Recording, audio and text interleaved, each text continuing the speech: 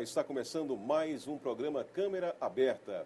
Atualmente o Brasil ocupa o segundo lugar no ranking mundial de cirurgias plásticas, perdendo somente para os Estados Unidos e é considerado o número 1 em relação ao aperfeiçoamento de novas técnicas e a qualificação dos cirurgiões. Para falar mais sobre esse tema tão importante, muito requisitado inclusive, a gente convidou o cirurgião plástico, o doutor Antônio de Araceli Ramalho. Seja bem-vindo, doutor Araceli. Tudo bom? Tudo bem, é um prazer estar aqui com vocês. Prazer é nosso. Responder a tudo aí que vocês com certeza. tiverem dúvida. Estamos aí praticamente verão, muita gente querendo baixar a barriga, querendo fazer algumas reparações em problemas da pele e até cirurgias, né, de correções. Como é que está hoje o atendimento dos senhores na cirurgia plástica? Bem, a cirurgia plástica brasileira, ela cresceu muito. Uma coisa que eu gostaria de acrescentar a isso que você falou no começo, é que realmente a gente tem um número de técnicas muito grandes, né, e também tem, segundo todos os cirurgiões plásticos, consenso de todos os cirurgiões plásticos do mundo aí afora, nós temos os melhores técnicos, né, os melhores cirurgiões plásticos do mundo, né, graças ao grande professor que nós temos, o Pitangui. Hoje, pelo 4º ano consecutivo também, nós temos o maior congresso de um país com o maior número de participantes. Nós superamos os Estados Unidos. Esse ano, o nosso congresso brasileiro foi realizado, aliás, o ano passado, o congresso de 2012 foi realizado em Porto Alegre e nós tivemos 2.800 inscritos, superando pelo 4º ano consecutivo os Estados Unidos no seu congresso nacional de cirurgia plástica. Isso foi interessante. A cirurgia plástica paraibana, graças a Deus, a gente tem bons profissionais aqui e o número de pacientes é muito grande, tanto na parte estética quanto na parte reparadora, também nos hospitais públicos, né, onde se faz apenas as cirurgias reparadoras. Também esse número tem sido, acho que bem atendido. Talvez a gente nunca possa parar, tem que cada vez melhorar, porque a população está sempre crescendo. E o mês de janeiro também, do ponto de vista das cirurgias estéticas, é o mês mais procurado, juntamente com julho, que é o mês de férias, né? Hoje em dia a gente vê, Gilson, que as pessoas escolhem o mês de sua cirurgia em relação às suas férias do que em relação a ser verão ou ser inverno. Isso já caiu por terra, né? De escolher a data pelo clima, porque a gente sabe que o paciente operando no verão ou operando no inverno, ele vai ter que ter um período de recuperação onde ele vai estar dentro da sua casa. Então, dentro da sua casa, tanto faz estar no inverno como no verão, ele vai ter o conforto, vai ter o clima adequado para ele se recuperar. Quais são os tipos de cirurgias hoje aqui no estado que são mais requisitadas, mais procuradas? Bem, do ponto de vista de cirurgia estética, as cirurgias mais requisitadas são as cirurgias da mama, apesar de que a lipoaspiração também está concorrendo bem ali, mas hoje a cirurgia de prótese de mama, seguindo o padrão nacional, ela superou a lipoaspiração e hoje é a cirurgia mais realizada pelos cirurgiões plásticos aqui na Paraíba e como também no Brasil inteiro. A cirurgia de redução de mama também vem com um número muito grande e a partir daí vem as cirurgias com plástica de abdômen, que é aquela cirurgia para tirar o excesso de gordura que fica na parte inferior do abdômen e também tratar a musculatura. Vem depois as cirurgias de face, a cirurgia de pálpebra, né? Cirurgias de orelha, que são cirurgias que podem ser realizadas, algumas delas, em uma idade muito ampla. Por exemplo, cirurgia de orelha, crianças de 7 anos podem realizar. Cirurgia de nariz, 16 anos, 17 anos já pode realizar, não é? A plástica de mama de redução, essa a partir dos 16 anos, como também a de aumento a partir dos 16 anos. E as cirurgias da segunda idade e terceira idade, que são as cirurgias de face, cirurgia de pálpebra, né? Essas são realizadas bastante, né? Eu acho que a cirurgia plástica ela tem uma gama muito grande de procedimentos a oferecer. Hoje em dia, a gente sabe que a população, cada vez mais, através da internet, está tomando conhecimento desses procedimentos e procurando os cirurgiões plásticos para realizarem esses procedimentos, né? E os cirurgiões plásticos cada vez mais se aperfeiçoando e procurando também ampliar o seu universo de cirurgias que eles realizam para poder atender essa demanda, né? Doutor Araceli, como planejar uma cirurgia plástica? Como é que o cidadão ele deve proceder para chegar até o senhor, então outro profissional, para dizer, olha, eu quero fazer a cirurgia disso, daquilo? Gilson, essa é uma pergunta importantíssima. A primeira coisa que o paciente deve fazer quando ele quer fazer uma cirurgia plástica é escolher o profissional que ele vai entregar o seu corpo para que essa cirurgia seja realizada. Então, existe no Brasil a Sociedade Brasileira de Cirurgia Plástica, que é quem regulamenta, tá certo, toda a formação do cirurgião plástico brasileiro. Então, hoje em dia a gente sabe que tem várias outras especialidades invadindo a área da cirurgia plástica, tanto que nós temos uma campanha que diz o seguinte: cirurgia plástica é com o cirurgião plástico. Então, a Sociedade Brasileira de Cirurgia Plástica, ela disponibiliza no seu site na internet, que é o www.cirurgiaplastica.org.br, uma lista de todos os cirurgiões plásticos brasileiros que fazem parte da Sociedade Brasileira de Cirurgia Plástica.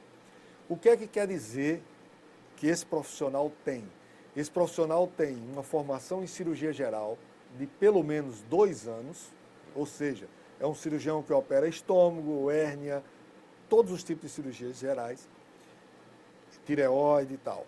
Esse cirurgião, depois dessa formação de 2 anos, ele é submetido a uma prova para começar a fazer a residência de cirurgia plástica.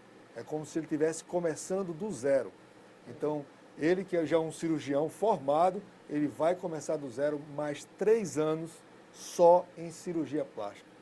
Acabados esses 3 anos de cirurgia plástica, onde a cada ano, para que o cirurgião passe do primeiro para o segundo, do segundo para o terceiro e conclua o terceiro, ele faz uma prova dentro do seu serviço, que é fiscalizada pela sociedade. A sociedade sabe se aquele aspirante a cirurgião plástico está indo bem para chegar a ser especialista em cirurgia plástica.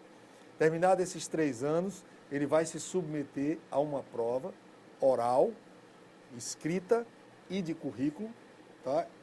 Que eu estou agora fazendo parte da comissão de especialistas da Sociedade Brasileira. A gente vai realizar essa prova agora em fevereiro. Então, esse cirurgião, ele passa por essa prova, por esse crivo, e tirando a nota compatível com o que a sociedade acha necessário, esse cirurgião passa a ser especialista em cirurgia plástica pela Sociedade Brasileira de Cirurgia Plástica e vai ter o seu nome na lista que o paciente pode procurar quando desejar fazer uma cirurgia. Ele não vai ter a garantia de que sua cirurgia vai ser perfeita, certo, mas vai ter a garantia de que está com um cirurgião que tem uma formação, uma qualificação para realizar aquele procedimento. Bem, chegando o paciente ao cirurgião plástico, aí vem a segunda parte, que é a parte do cirurgião plástico. O que é que o cirurgião plástico vai fazer? Vai ter que preparar esse paciente para uma cirurgia. Normalmente, a gente tem as cirurgias estéticas e cirurgias reparadoras. Aquelas cirurgias reparadoras são aquelas que o paciente, na verdade, ele tem uma certa necessidade de realizar, certo? Ele vai ter que ser submetido àquela cirurgia. Já a cirurgia estética, não. O paciente ele vai fazer porque ele quer melhorar o seu corpo. Ele não é obrigado a fazer, ele vai por livre e espontânea vontade. Então, chegando lá, esse paciente vai ser preparado da seguinte maneira: exames laboratoriais, exames cardiológicos, exames radiológicos, quando necessário, para cirurgia de mama, cirurgia de abdômen, cirurgia de nariz, certo? Então, ele vai passar por uma gama de exames e vai estar em perfeito estado, tá certo? Para que essa cirurgia seja realizada. A partir daí, o paciente vai realizar o seu procedimento com total segurança. A gente só não vai ter os 100% de segurança porque tem a parte que pertence a Deus. Tanto em relação à perfeição, como em relação aos acasos da vida, às fatalidades. Então, essa aí a gente não controla, mas a gente vai com um risco mínimo desse paciente para a cirurgia. Certo? Então, a cirurgia plástica passa a ser uma coisa segura. As famílias, às vezes, ficam com medo quando uma pessoa quer fazer a cirurgia da família, fica todo mundo com medo, mas a gente tem que ver o seguinte: a cada dia, os anestésicos, os aparelhos dos anestesiologistas estão cada vez mais perfeitos e o risco passa a ser muito pequeno. A gente só não pode garantir que não vai acontecer nada, mas o risco é muito pequeno para se submeter a uma cirurgia plástica, principalmente quando ela é estética e o paciente está com a saúde totalmente em ordem. Cirurgia estética, quem mais procura? As mulheres. Com certeza. O que elas alegam? Olha, eu acho que as mulheres têm duas coisas na vida que modificam, duas não, uma coisa na vida que modifica muito a mulher. É o fato de ser mãe. Né? A maternidade modifica muito a mulher, tá certo? Os hormônios também castigam muito as mulheres, muito mais do que os homens. Né? Nós, por exemplo, só um exemplo pequeno na face da gente, nós praticamente todos os dias fazemos a barba. Exato. Cada vez que nós estamos fazendo a barba, nós estamos fazendo uma limpeza na nossa pele. Né? Já a mulher não faz isso, ela tem que fazer a limpeza de outra forma. Né? E a maternidade, ela castiga a mulher em relação às mamas, em relação ao abdômen, em relação a engordar, né? Aumentar as estrias, as celulites. Quer dizer, então, talvez por isso que as mulheres realizem mais as cirurgias plásticas. Os homens, hoje em dia, eles chegam a 18%, 20% das cirurgias plásticas realizadas no mundo inteiro. No Brasil tem uma estatística praticamente que bate com o mundo inteiro. Mas as cirurgias que o homem realiza são mais cirurgias por descuido dele. Né? Ou a barriga ficou grande demais porque não fazia atividade física, não fazia exercício.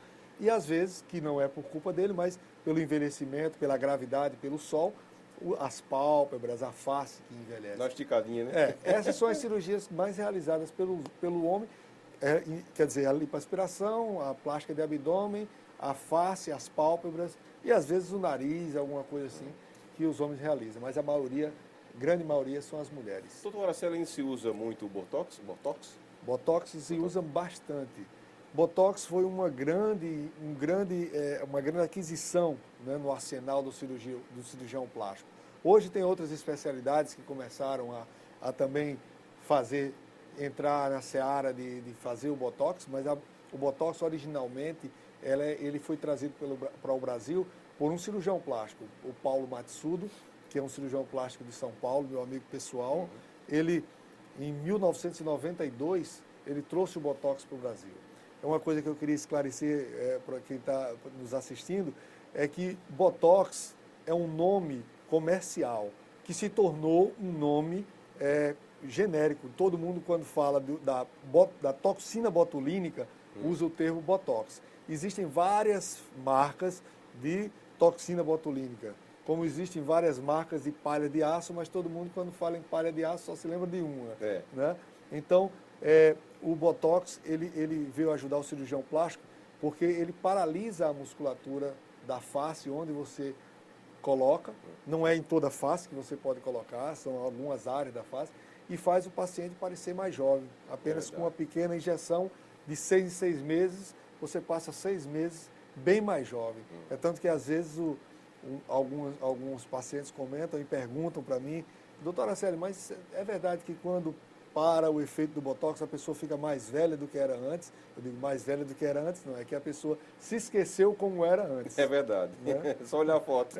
Se esqueceu como era antes. Ele se acostumou a ficar tão novo que quando passa o efeito do Botox, ele acha que ficou mais velho. Então, não tem problema, vai de novo ao cirurgião, faz outra aplicação e vai continuando mais jovem. Doutora Araceli, e como acontece o pós-operatório? Quais são os cuidados? Muito bem, o pós-operatório ele é adequado para cada tipo de procedimento que você vai fazer. Não é? Se você vai fazer, por exemplo, uma cirurgia, vamos começar de cima para baixo, se você vai fazer, por exemplo, uma cirurgia das pálpebras, né? Então, o cuidado principal da cirurgia das pálpebras é um repouso pelo menos de 48 horas, uso de gelo nos olhos durante essas 48 horas, evitar assistir televisão, porque o olho vai ficar mais aberto e pode ficar mais irritado, então evitar uma claridade maior, evitar assistir televisão, evitar ler durante essas 48 horas iniciais. Depois, um repouso mais tranquilo, não é? Pode ser em casa, alguns pacientes que a gente, hoje em dia, com a correria da nossa vida do dia a dia, não pode ficar tanto tempo parado. Então, por exemplo, se você exerce uma profissão que vai ficar dentro de um consultório, dentro de um escritório, você com 3, 4 dias já pode ir, usa um óculos escuros para ir até o consultório, até o escritório e trabalhar normalmente. Com 7 dias se retira os pontos e o paciente vai ter os cuidados só de não levar sol na cicatriz durante pelo menos um mês. Cirurgia de face, normalmente o paciente está recuperado em torno de um mês também. seria mais ou menos o mesmo pós-operatório. As compressas de gelo não são necessárias, porque a gente usa hoje uma técnica na plástica de face, que é colocar cola por dentro, uma cola especial de fibrina por dentro, já para aderir, o inchaço ser menor. Então, isso aí a gente já consegue uma recuperação do paciente em torno de um mês. O paciente já pode estar até mesmo, quem é um apresentador de televisão, já pode até mesmo estar trabalhando, né? A gente vê isso muito aí eu conheço alguns. na televisão, né? Então, acontece muito. E outras cirurgias, como cirurgia de mama, cirurgia de abdômen, aí tem um pós-operatório um pouco mais prolongado, outros cuidados, mas tudo isso a gente conversa com o paciente. É importante, o cirurgião plástico, eu acho que de uma forma geral, ele tem que esclarecer de tudo que vai acontecer com o paciente antes da cirurgia. Antes você tem que dizer tudo o que vai acontecer. Então, por exemplo, no meu caso, eu peço ao paciente normalmente para voltar 7 dias antes da cirurgia, onde eu vou ver todos os exames laboratoriais desse paciente, o exame cardiológico, os exames radiológicos, por exemplo, se for uma mama, vem o ultrassom, se for o abdômen, ultrassom também, ultrassom dos músculos da parede abdominal, se for o nariz, uma tomografia dos seios da face, para a gente ver os ossos como é que estão. Então, eu vejo tudo isso 7 dias antes. E digo ao paciente, antes dele voltar nos 7 dias, a primeira consulta, no dia que você voltar 7 dias antes, que a gente vai conversar, você vai trazer todos os exames, vai trazer todas as dúvidas que você tiver por escrito, porque senão você esquece na hora que estiver conversando comigo.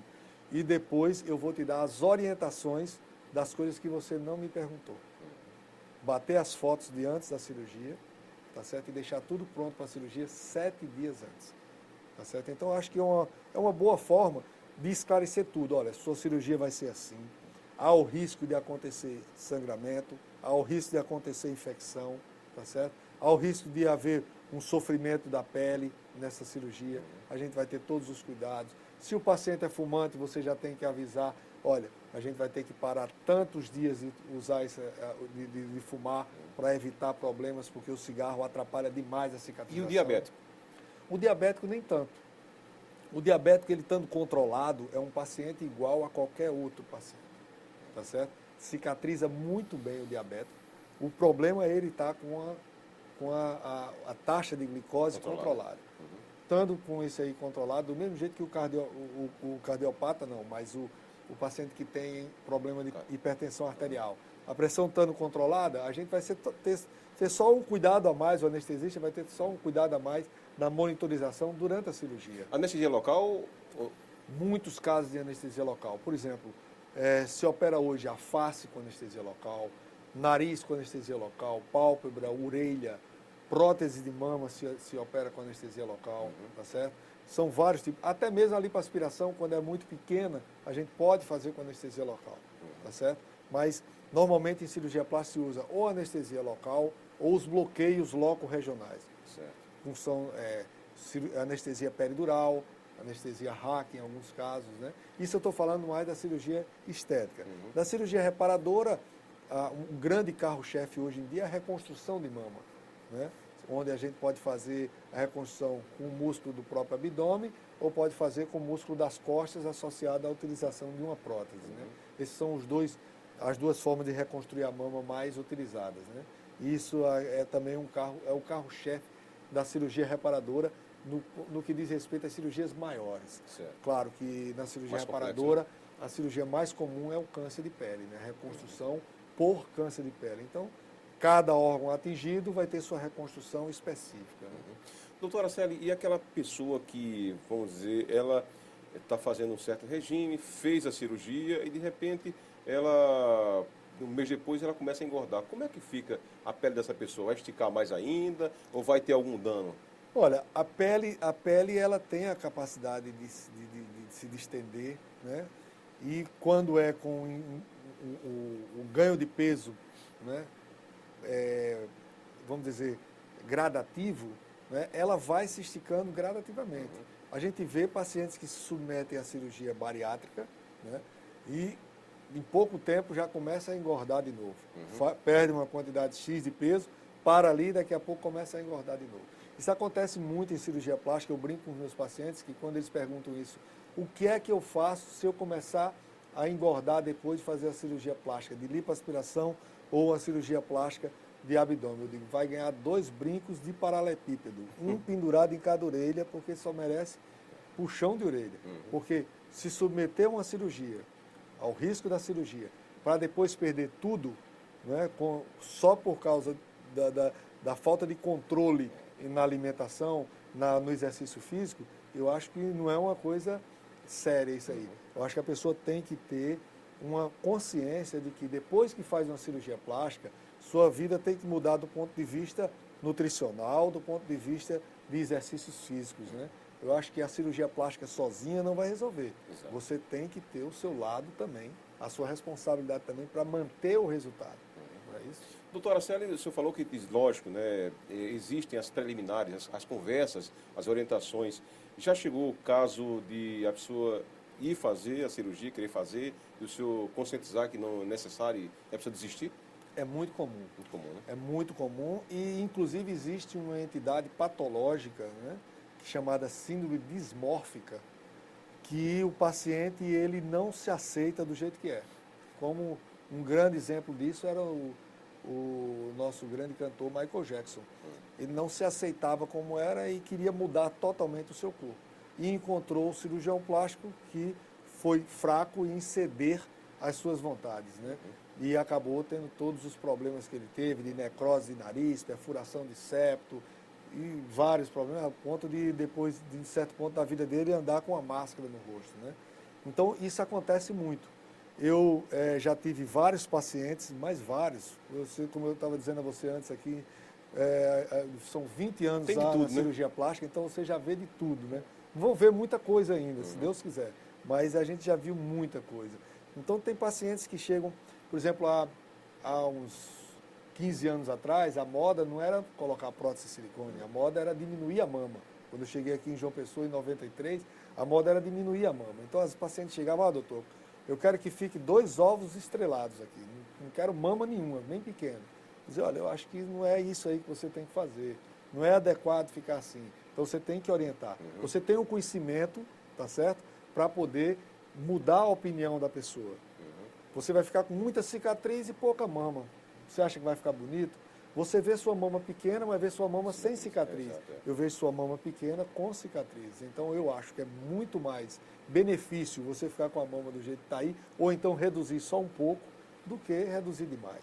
Do mesmo jeito que os pacientes que chegam para colocar uma prótese muito grande, digo, ó, você vai ter o peso da mama, a gravidade vai agir sobre sua mama, ela é fora do seu corpo, vai puxar essa mama para baixo, você vai ficar com a mama caída e insatisfeita. A esticada da pele que a prótese dá é muito coluna rápida. Também, coluna, né? Coluna também, mas a esticada que a pele sofre com a prótese é muito rápida, pode levar ao aparecimento de estrias. É como se estivesse andando com a sanfona, né? Exatamente. O peso da sanfona. Então, eu acho que o equilíbrio está no meio e o cirurgião plástico, por ter o conhecimento, né, ele tem que orientar o seu paciente do que é possível fazer, do que não é possível. Chega alguns pacientes com o nariz, olha, eu queria operar meu nariz, e você vê que não tem nada para fazer naquele nariz. Nada que você faça para melhorar ou para chegar ao que ele quer, tá certo? Então, você deve contraindicar a cirurgia. Uma coisa interessante da cirurgia plástica é o seguinte, o que você considera real e a ciência considera real está muito aquém da imaginação do seu paciente, muito aquém. Ele chega pensando uma coisa assim, muito além daquilo que você pode dar. Tá entendendo? Então, cabe você trazer ele um pouco para a realidade e dizer o que é que você pode conseguir realizar na cirurgia, para evitar problemas depois. São esses esclarecimentos que eu estava te falando antes.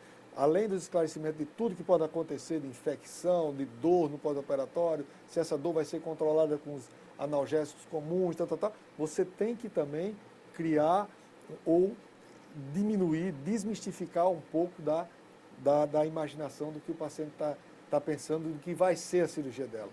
Por exemplo, tem pacientes que chegam no consultório com a foto de um artista dizendo eu queria ficar igual a essa artista. E a gente sabe que jamais vai conseguir isso. Né? E as mulheres hoje estão usando também próteses nas nádegas. Aqui em João Pessoa isso também é usual? Aqui em João Pessoa eu acho que tem poucos casos, poucos cirurgiões que ainda fazem esse tipo de procedimento. No Brasil tem aumentado gradativamente esse tipo de procedimento e associado a isso, a gente vê que quando aumenta o número de cirurgias, aumenta também o número de complicações, né? E de relatos de casos, de mau casos, né? Porque realmente a cirurgia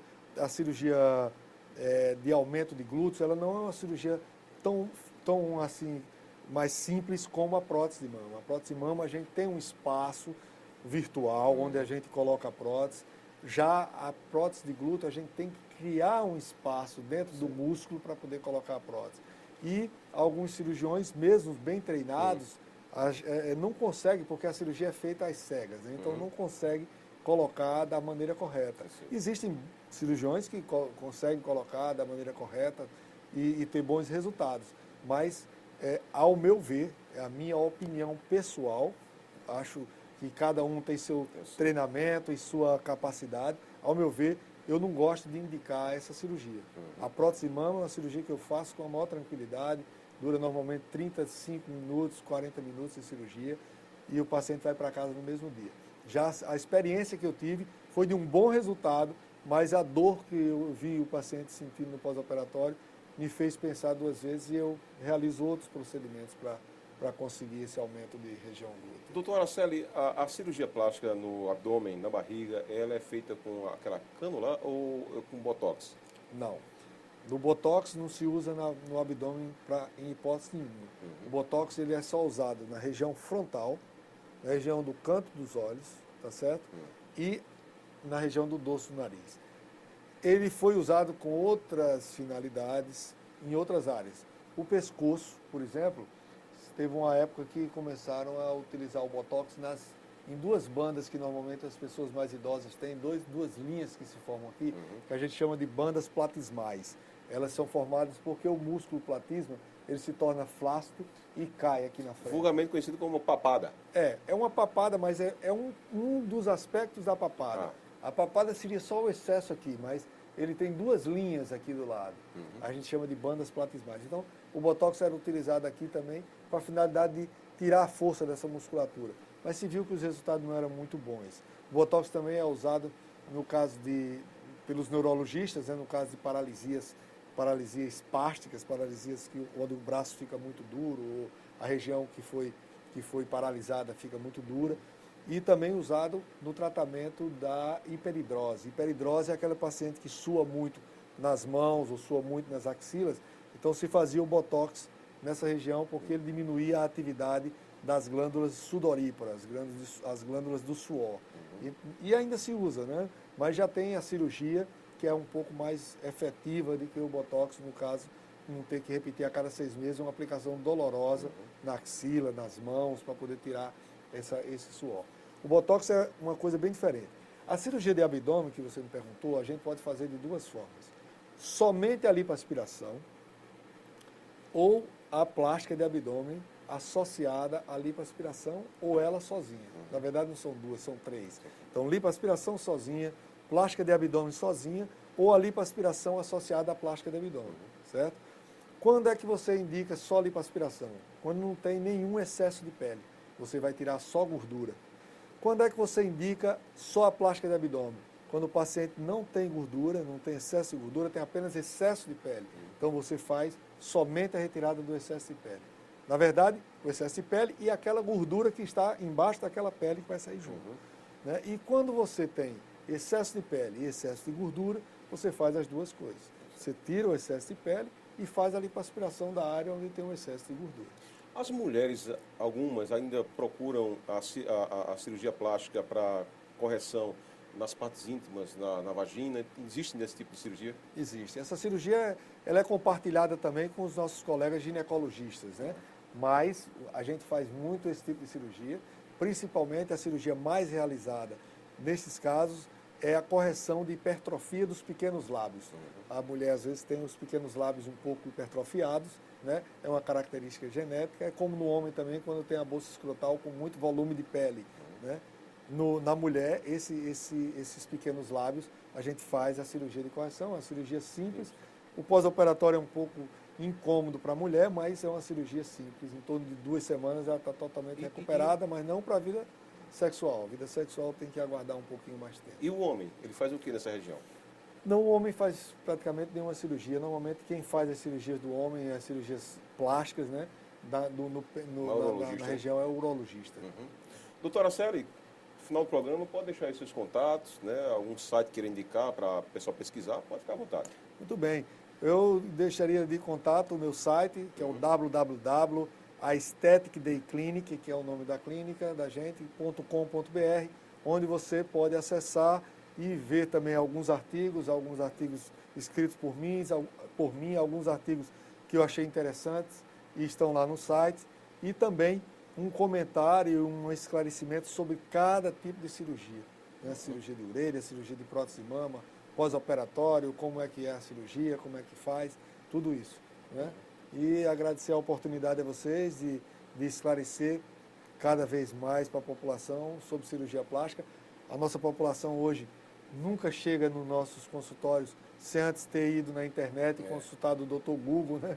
Para poder chegar e fazer suas perguntas, né? E a gente ter a oportunidade de esclarecer pessoalmente é um grande prazer e estarei à disposição para qualquer... Ok. Parabéns pelo trabalho também, viu? Muito obrigado. Até a próxima. Até a próxima. Ok, a você também, até a próxima, com mais um programa Câmera Aberta.